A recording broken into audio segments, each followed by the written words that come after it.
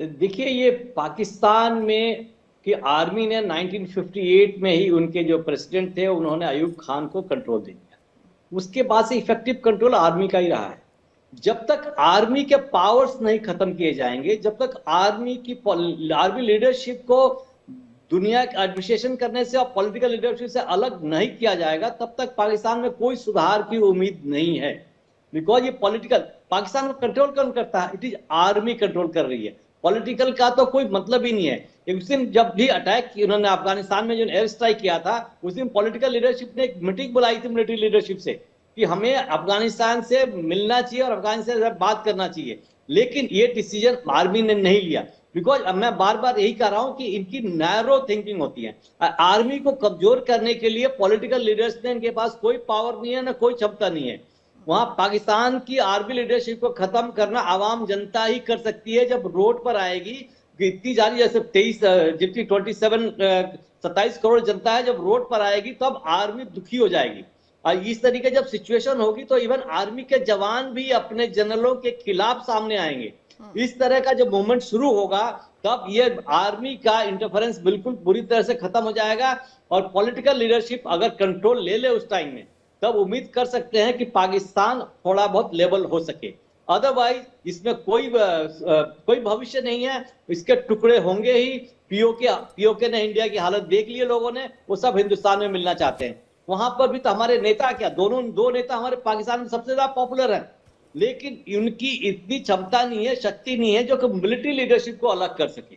Military leadership को उससे detach करना, वहां के एडमिनिस्ट्रेशन से अदर थिंग्स अटैच करना, ये आम जनता ही कर सकती है। जब बहुत बड़ा सिविल अनरेस्ट शुरू होगा, जब आर्मी को मारा जाएगा, जब वापस करेंगे, तभी जाके सुधार हो सकता है। नहीं तो पाकिस्तान के टुकड़े तो कुछ ही दिनों में हो जाएंगे। बिल्कुल। और ये देखिए, आप तो कह रहे हैं कि पाकिस्तान के टुकड़े 5 मिनट में हो जाएंगे, और अगर पाकिस्तान की सच्चाई को दिखाने की कोशिश करता है शरदिंदु सर, तो वहां पर तकरीबन 56 ऐसे यूट्यूबर्स थे जिन्होंने पाकिस्तान की हकीकत लोगों को दिखानी चाहिए, और उन्हें अगवा कर लिया गया या उन्हें खत्म कर दिया गया, उनके बारे में कुछ पता नहीं चल रहा है। तो ये सोच है पाकिस्तान की, अगर सच बताएंगे तो आप उन्हें भी गायब कर देंगे।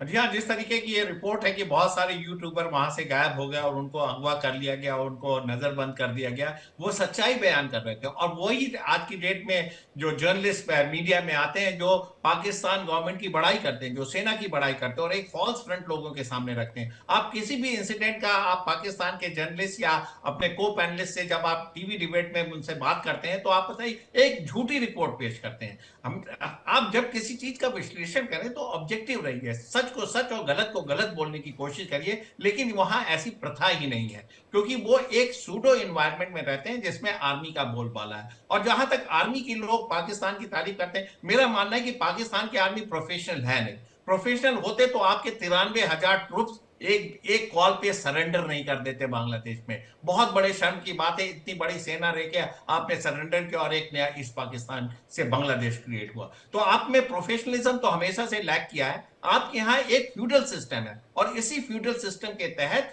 आपके जनरल हैं वो अपने जवानों से अपने आप को अलग रखते हैं। लीडरशिप लैक करती है। जवान चाहे हिंदुस्तान आर्मी का हो या पाकिस्तान का आर्मी हो, वो अपने देशभक्ति से ओतप्रोत है, लेकिन उसको लीडरशिप कौन प्रोवाइड कर रहा है? लीडरशिप पाकिस्तान की आर्मी वो प्रोवाइड करती है जो कॉमर्शलाइज है, जिनको की सत्ता का खून लग चुका है, जो सत्ता के हमेशा से आसपास रहना चाहते हैं और एक कंफर्ट जोन में हमेशा से रहे हैं, और तमाम तरीके की फंडिंग अपने ऊपर ले लेते हैं। तो मेरा कहने का मतलब यह कि अगर सेना उनकी देशभक्त होती तो वो देश की सुरक्षा के लिए काम करती। ऐसी जगह पे जहां पे की तमाम तरीके की टेररिस्ट एक्टिविटी हो रही, उसके लिए एक कॉम्प्रिहेंसिव प्लान बनाती। आपका क्या इंटेलिजेंस नेटवर्क है, कहां कहां टीटीपी के लड़ाके हैं, कहां पे नेक्स्ट टारगेट हो रहा है, क्या इंफॉर्मेशन गैदरिंग, कैसे आप चेक करेंगे, कैसे अपने आप जनमानस को आगाह करेंगे कि वो उस तरीके से बचें। इसमें आपका कोई रुचि नहीं है। आप अपने सैनिकों को बनने देते हैं, आप अपने नागरिकों को बनने देते हैं। आपका इंटरेस्ट क्या है? आपका इंटरेस्ट है अलकायदा को फंडिंग करना, आपका इंटरेस्ट है अलकायदा को ट्रेनिंग कराना,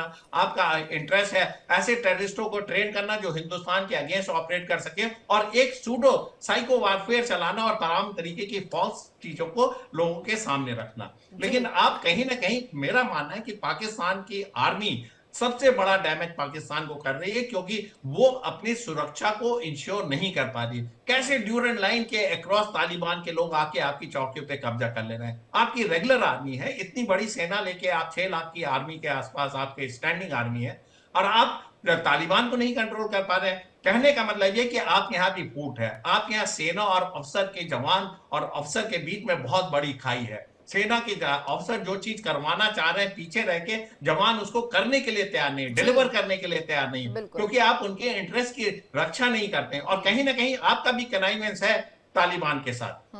आपके ऊपर जब लीडरशिप पे लोग क्वेश्चन करते हैं, तब लोगों को समझ में आता है कि ये हो क्या रहा है पाकिस्तान में।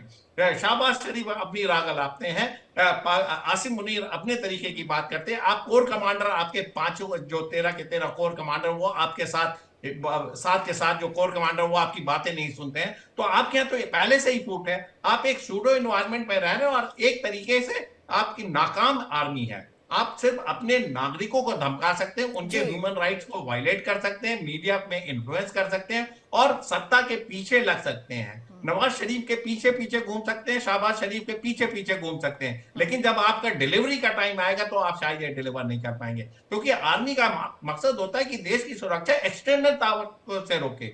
आप अपने इंटरनल नागरिकों के ऊपर गोली चला के आप शेर बन रहे हैं। आपके कोर कमांडर के रेजिडेंस सिक्योर है नहीं। जब जनमानस सड़क पे आ जाता है तो आपके कोर कमांडर को भी नहीं समझ में आता कि कैसे उनके रेजिडेंस की सुरक्षा की जाए। उनके प्लाटून और कंपनी और बटालियन को समझ में नहीं आता कि किस तरीके से एक्शन करना है। आज की डेट में टीटीपी को आप कंट्रोल नहीं कर पा रहे, क्या एक्शन लेंगे, किस तरीके के ऑपरेशन चलाएंगे, क्या आपकी नेटवर्किंग होगी, क्या ऑपरेशन प्लान होगा, क्या आपके नेक्स्ट 3 से 5 साल के क्या आपका पर्सपेक्टिव प्लानिंग है, कुछ आपका क्लियर नहीं है। लिहाजा आप कहीं ना कहीं एक फील्ड आर्मी है, आपको इसको समझना पड़ेगा। You go back to barrack, do your back to basic training, and then come up as a professional army. आज की डेट में आप प्रोफेशनल आर्मी कहलाने लायक नहीं। बिल्कुल, और बंदूक के दम पर अगर यहाँ पर किसी तरह का आंदोलन को दबाया जाता, आप समझ सकते हैं किस तरह का काम यहाँ पर आर्मी कर रही है, और अपने ही देश के लिए एक बहुत बड़ा नुकसान ये कर रही है, जिसके चलते पाकिस्तान टुकड़े टुकड़ों में बट जाएगा। बहुत बहुत धन्यवाद आप दोनों का इस पूरी चर्चा के लिए।